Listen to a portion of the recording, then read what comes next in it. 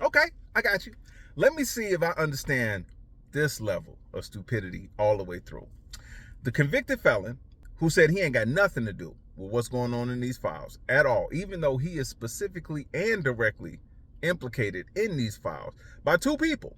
One person saw so much evidence against themselves in these files, he unalived himself. The other person was convicted based off the evidence in these files. And not only was that person convicted based off the evidence in these files, that person, once they were moved to prison, they were moved to a better prison by the convicted felon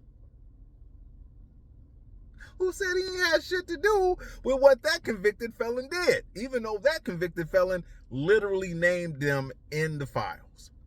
So that convicted felon who moved the other convicted felon to a better place to serve their time for something that he said he ain't have nothing to do with, went from saying, I'm going to release the information in these files to, I don't know what you're talking about. I ain't never heard no files. What files are you talking about? Then he said those files were a hoax created by the other party.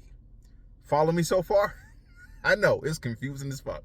So that convicted felon who moved the other convicted felon to a better place to serve their time for something that he said he ain't have nothing to do with, went from saying, I'm going to release the files, never heard of the files, to it's a hoax created by the other party is now contacting people in his party to make sure the people in his party don't release any of the information from the files that he said he ain't got nothing to do with in any way, shape, or form, even though he has been directly and specifically implicated by the convicted felon he moved to a better place to serve their time.